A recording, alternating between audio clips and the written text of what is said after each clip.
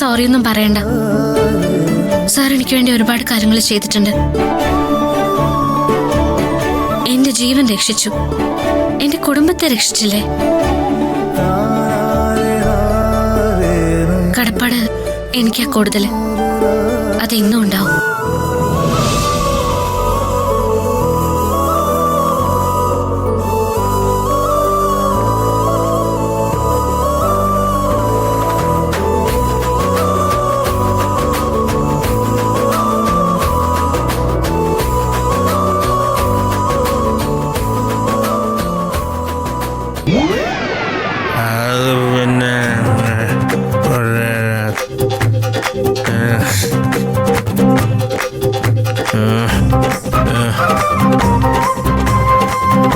തല പൊങ്ങിയില്ലേടി ഇതുവരെ?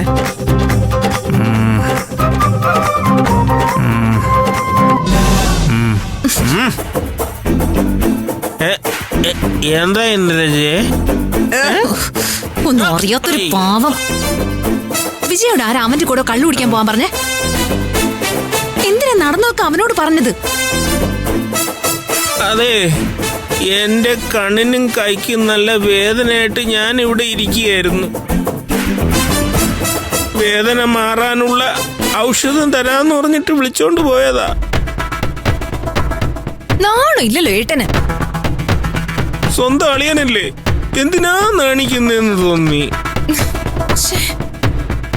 എടി വിളിച്ചെഴുന്നേപ്പിച്ച് എവിടെയെങ്കിലും കൊണ്ടുപോയി കളയവനെ.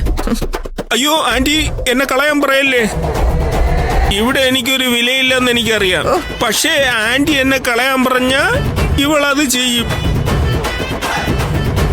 മമ്മി പറഞ്ഞാ മതി. ഈ ശാപം എടുത്ത് എന്റെ തലയിൽ കെട്ടിവെച്ചത് മമ്മിയാ. വിവരവും ഇല്ല, നേരെ ചൊവ്വേ പെരുമാറാനും അറിയില്ല. അയ്യോ അങ്ങനെ പറയില്ലേ ഇന്ദ്രജെ. നമ്മൾ തമ്മിൽ പലപ്പോഴും തർക്കിച്ചിട്ടുണ്ടല്ലോ. തന്നേക്കാൾ കൂടുതൽ ജീക എനിക്കല്ലേ. ഒന്ന് മിണ്ടാതിരിക്കുന്നുണ്ടോ ജീക്ക്? എല്ലാം അറിഞ്ഞ സ്ഥിതിക്ക് ഇനിയിപ്പൊ അവൻ എന്തൊക്കെയാ കാണിച്ചു കൂട്ടുന്നെന്ന് വല്ല ധാരണ ഉണ്ടോ നിങ്ങക്ക്? മമ്മി, ഞങ്ങളെ കുറ്റപ്പെടുത്തിക്കൊണ്ട് സംസാരിക്കണ്ട.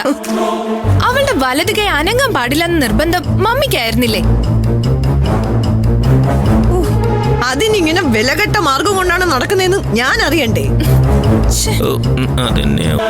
ദേ നോക്ക്, ഇനി എന്നോട് പറയാതെ ഒരാളും ഒരു കാര്യവും ചെയ്യാൻ ശ്രമിക്കരുത്. കേൾക്കുന്നുണ്ടോ? ഇനി സൂര്യൻ വിളിച്ചെന്ന് പറഞ്ഞ് ഈ വീട്ടിൽ നിന്ന് പുറത്തിറങ്ങിയ മുട്ടുകാല് തല്ലി പിടിക്കും. അതല്ലേ പറയാൻ വന്നത്. അതുകൊണ്ട് ഞാനൊരു കാര്യം തീരുമാനിച്ചു. ഞാനേ ഇവിടുന്ന് പുറത്തിറങ്ങുന്നില്ല. ഞാൻ എന്തിനാ എന്റെ കാല് കളയുന്നേ? അയ്യോ എന്റെ ദൈവമേ.